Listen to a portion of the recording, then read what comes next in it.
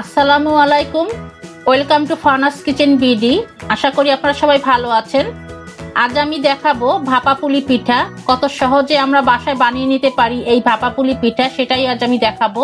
তাহলে চলুন দেখে নেওয়া যাক। প্রথমে আমি নারকেলের পুর বানিয়ে নিব ভাপা পুলি পিঠার জন্য। দিয়ে দিলাম 1 কাপ নারকেল কোড়া, দিয়ে দিলাম খেজুরের গুড় 1/2 কাপ। আপনারা যে যেরকম মিষ্টি খান সেভাবে দিয়ে নেবেন। এখন নেড়ে চেড়ে গুড়টাকে গলিয়ে নিতে হবে।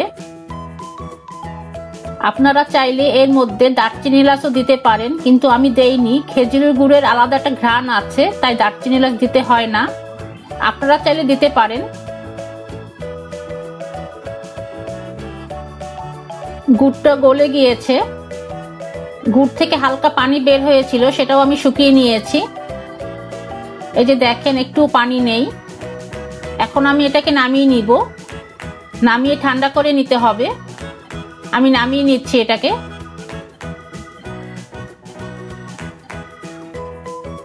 আমি এখানে চালের গুঁড়ি দিয়ে কাই তৈরি করে নিয়েছি। চালের গুঁড়ি দিয়ে কাই কিভাবে তৈরি করতে হয় সেই রেসিপিটি আমার চ্যানেলে আছে, আশা করি আপনারা সেটা দেখে নেবেন। আমি এখানে অল্প একটু নিয়ে নিলাম।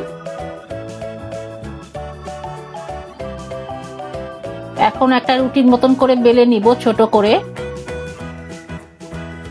রুটিটা বেশি মোটা করেও বেলা যাবে না, আবার বেশি পাতলাও করা যাবে না।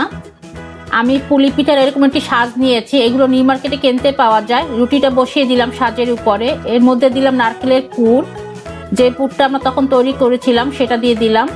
এখন ভাঁজ দিয়ে দিতে হবে, এই যে এইভাবে। এখন বাড়তি যে অংশটুকু আছে সেটুকু কেটে ফেলতে হবে। এখন এটাকে আমি খুলে নিচ্ছি। এই যে দেখেন, সাবধানে তুলতে হবে যাতে ছিঁড়ে না যায় বা ভেঙে না যায়। এই যে দেখেন, এইভাবে আমি সবগুলো বানিয়ে নিচ্ছি। আমি চুলায় একটি হাঁড়িতে পানি দিয়েছি, এর মধ্যে দিয়ে দিলাম ছিদ্রযুক্ত একটি প্লেটের মতো। এগুলো কিনতে পাওয়া যায়, নিউ মার্কেটে পেয়ে যাবেন। এর উপরে দিলাম পাতলা একটা সুতি কাপড়। এখন এর উপরে পিঠাগুলো আমি বসিয়ে দিব। একটু ফাঁকা ফাঁকা করে বসিয়ে দিতে হবে। এরপর আবারও একটি কাপড় দিয়ে ঢেকে দিতে হবে। সেদ্ধ হওয়া পর্যন্ত এভাবে রেখে দিব। আমি এখন কাপড়টা সরিয়ে নিব। এই যে দেখেন, সেদ্ধ হয়ে গেছে। আমি এখন এটাকে তুলে নিব। আমার এটা সেদ্ধ হতে 15 মিনিট লেগেছে, আপনাদের কম বেশি লাগতে পারে। এই যে হয়ে গেল ভাপা পুলি পিঠা। দেখলেন তো কত সহজেই বানিয়ে নেওয়া যায়। এভাবে বাসায় বানিয়ে খাবেন।